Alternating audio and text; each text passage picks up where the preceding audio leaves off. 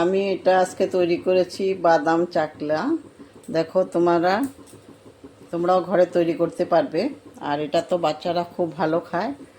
আর কিভাবে তৈরি করেছি তোমাদেরকে সম্পূর্ণটা বলবো। অত কিছু লাগে না, ঘরে থাকা জিনিসগুলো দিয়ে হয়ে যায়। একটু তৈরি করে নিলে হয়, একটু টাইম করে। আমি কিভাবে তৈরি করেছি তোমাদেরকে সম্পূর্ণটা দেখাবো। আর যারা আমার ইউটিউব থেকে আমার ভিডিওগুলো দেখছো এখনও সাবস্ক্রাইব করোনি, তারা অবশ্যই প্রথমে সাবস্ক্রাইব করে তারপরে পাশে থাকা বেল আইকনটা অবশ্যই প্রেস করে দেবে।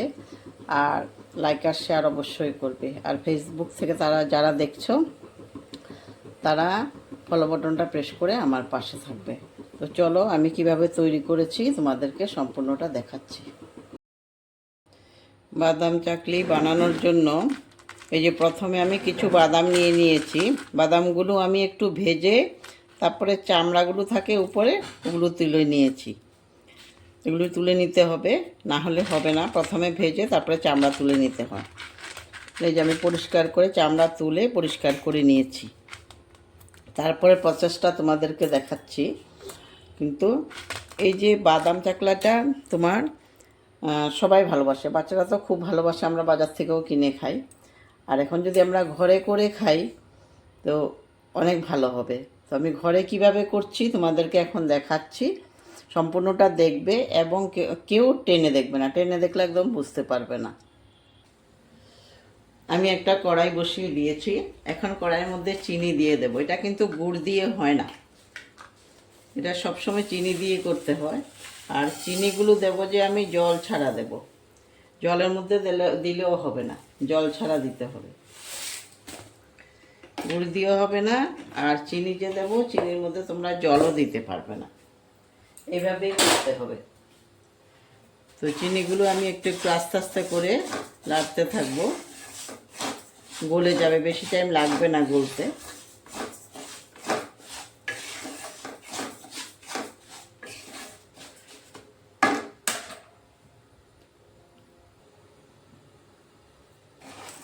এখন দেখো আস্তে আস্তে গলা শুরু হয়ে গেছে চিনি। তোমরা কে কে বাদাম চাকলি খেতে ভালোবাসো বলবে, কমেন্ট করে আমাকে জানাবে। এই যে আস্তে আস্তে চিনিগুলো গলে যাচ্ছে।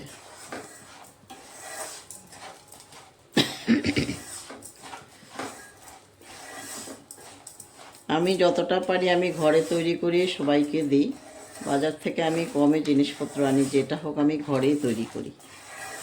আর তোমাদেরকেও দেখাই এইভাবে। এই দেখো আস্তে আস্তে গলা শুরু হয়ে গেছে।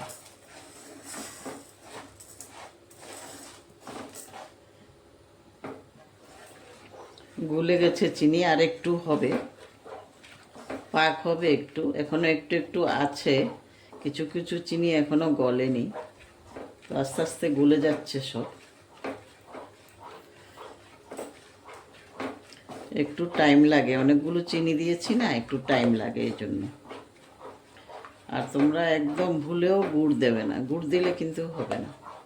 এই সম্পূর্ণটা তোমার চিনি দিয়ে করতে হয়। আর একটু হবে, হয়ে গেছে। আমি এখন বাদামগুলো দিয়ে দিতে পারবো।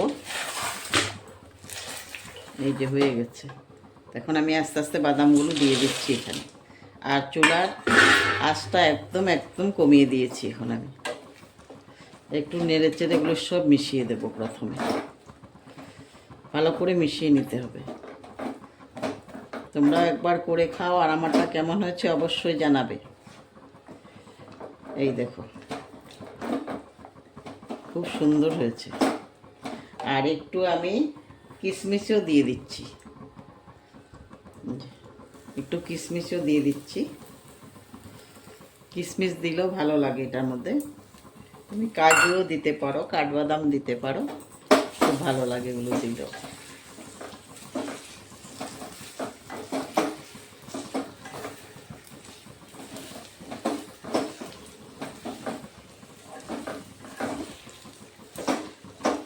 হয়ে গেছে। আমি একটা থালের মধ্যে এখন তেল ব্রাশ করে নিচ্ছি। তেল ব্রাশ করে দিলে আর লেগে যাবে না, না হলে চিনি রসগুলো শিরাগুলো লেগে যেতে পারে, আঠা হয়ে লেগে যাবে। একটু তেল দিয়ে দিলে তখন চট করে উঠে যাবে। এখন আমি এগুলো দিয়ে দেব, বাদামগুলো দিয়ে দেবো এটার মধ্যে আস্তে আস্তে করে।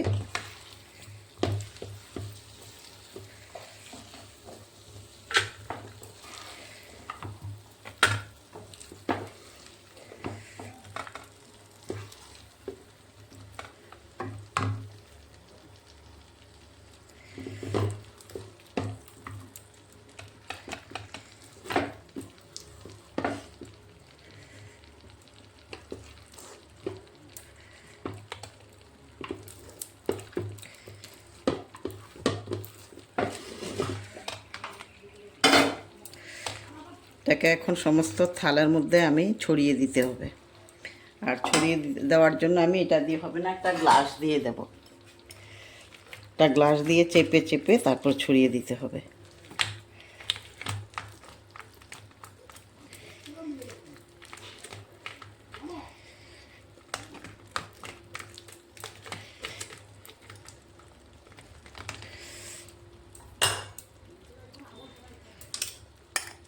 চট করে লেগে যায়, আঠা হয়ে যায় আর শক্ত হয়ে যায়। চিনির তো, গুড়ের হলে এত তাড়াতাড়ি হয় না, আর চিনিরটা পাকও তাড়াতাড়ি হয়ে যায়, এই জন্য এটা তাড়াতাড়ি হয়ে যায়।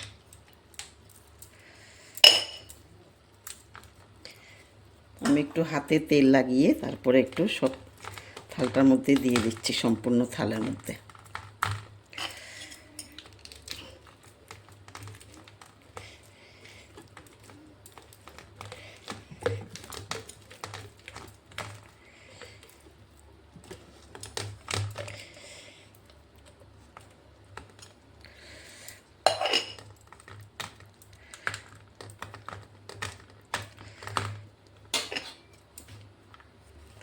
হয়ে গেছে, এখন কিছুক্ষণ এইভাবে রেখে দিতে হবে। আর একটু চেপে চেপে দেব আমি, কিন্তু হয়ে গেছে। তারপরে আমি কিছুক্ষণ রেখে দিতে হবে, ঠান্ডা হলে তারপরে কেটে কেটে পিস পিস করে নেব। বাদাম চাকলিটা এখন আমি প্রথমে কাটবো, কেটে তারপরে তুলতে হবে। ভীষণ শক্ত হয়ে গেছে, কাটতে হবে এটাকে, একটু কষ্ট হবে কাটতে। তো আমি কেটে একটু দেখাচ্ছি তোমাদেরকে, এটা দিয়ে কাটছি।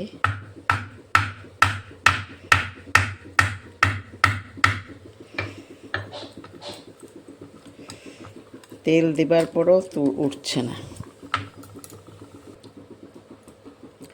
এবার আস্তে আস্তে করে এইভাবে আমি কেটে কেটে নিয়ে নেব, পিস পিস করে। ছোট ছোট করে ভেঙে নিলেও হবে, এই যে এইভাবে ভেঙে ভেঙে নিলেও হবে। এই যে আমি আরও ছোট করব পিসগুলোকে ভেঙে, এই যে।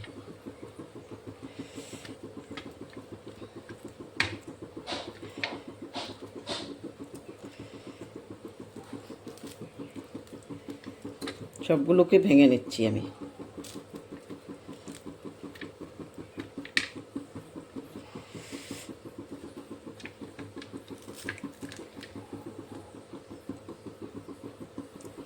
রেডি হয়ে গেছে, সব পিস পিস করে নিয়েছি আমি।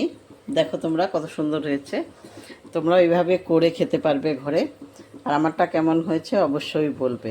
সবাই ভালো থাকো, সুস্থ থাকো। আবার আরেকটা নতুন ভিডিও নিয়ে তোমাদের সামনে হাজির হয়ে যাব। ধন্যবাদ।